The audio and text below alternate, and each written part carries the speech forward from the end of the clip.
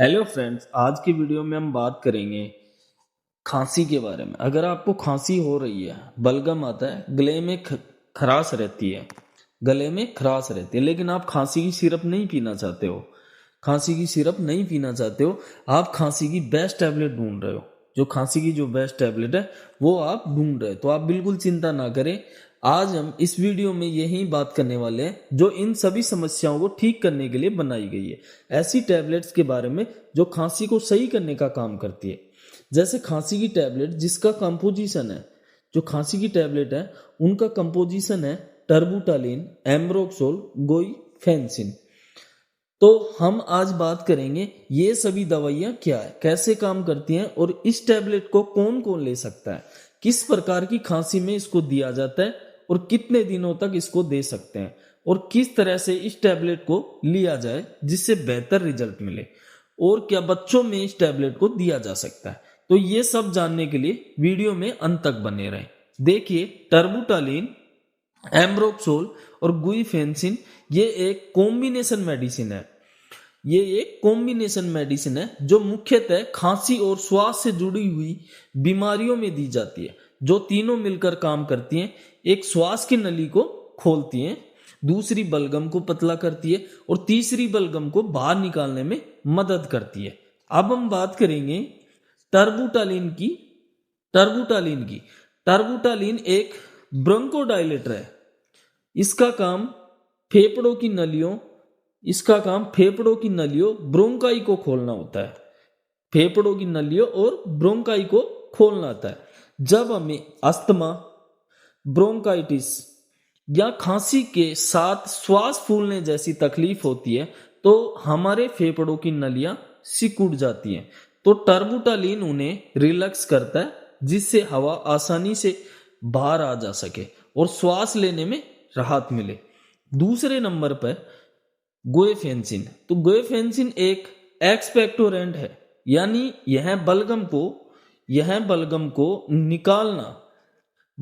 को निकालने में मदद करती है और यह बलगम को पतला और ढीला कर देती है ताकि वह आसानी से गले से बाहर निकल सके। इससे छाती में जमा हुआ कफ, म्यूकस कम हो जाता है, जो जमा हुआ कफ है, म्यूकस है, वो कम हो जाता है। तीसरे नंबर पर आता है एम्ब्रोक्सोल। एम्ब्रोक्सोल एक क्या है, म्यूकोलाइटिक एजेंट है। यह भी बलगम को पतला करता है, बलगम को पतला करता है, लेकिन थोड़े अलग तरीके से। यह बलगम की रासायनिक संरचना को तोड़ता है जिससे वो लिक्विड की तरह पतला हो जाता है।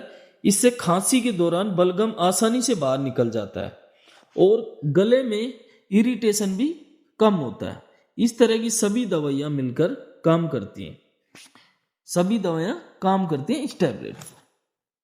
अब हम बात करेंगे इस टैबलेट को आप किस किस नाम से मेडिकल स्टोर पर ले सकते हो।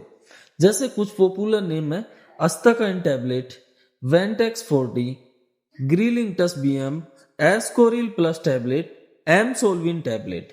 किसी भी नाम से आपको यह अपने मेडिकल स्टोर पर मिले और अगर कंपोजिशन समान हो तो आप परचेज कर सकते हैं। अब हम जानते हैं इस कॉम्बिनेशन की टैबलेट को किन किन स्थितियों में प्रयोग लिया जाता है।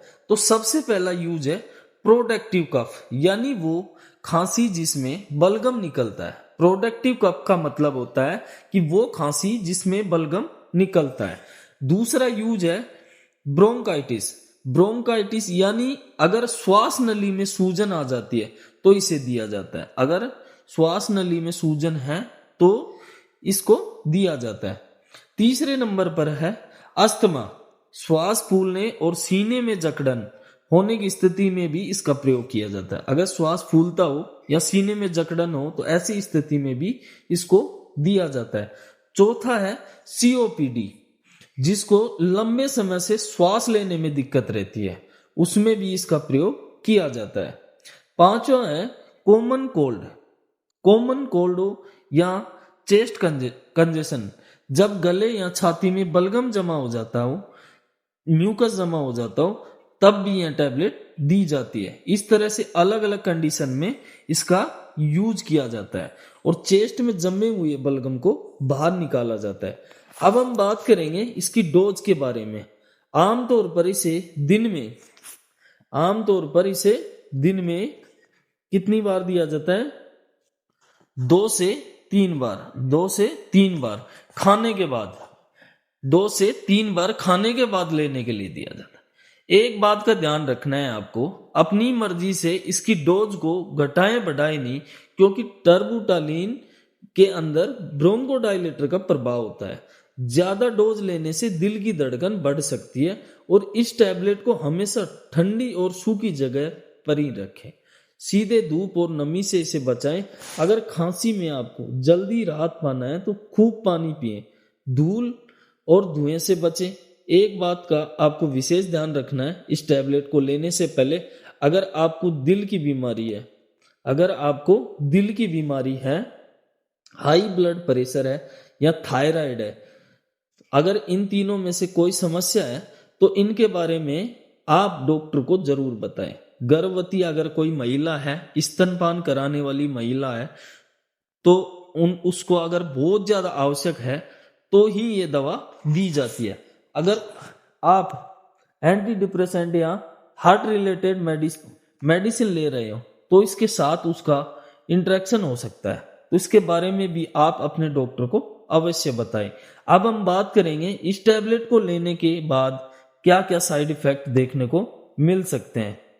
जो ये टैबलेट है, इसको लेने के बाद हमें क्या क्या साइड इफेक्ट देखने को मिल सकते हैं, जैसे ट्रिमर यानी कि हल्का कंपन, हाथों को कांपना, जिसे क्या कहते हैं? ट्रिमर कहते हैं।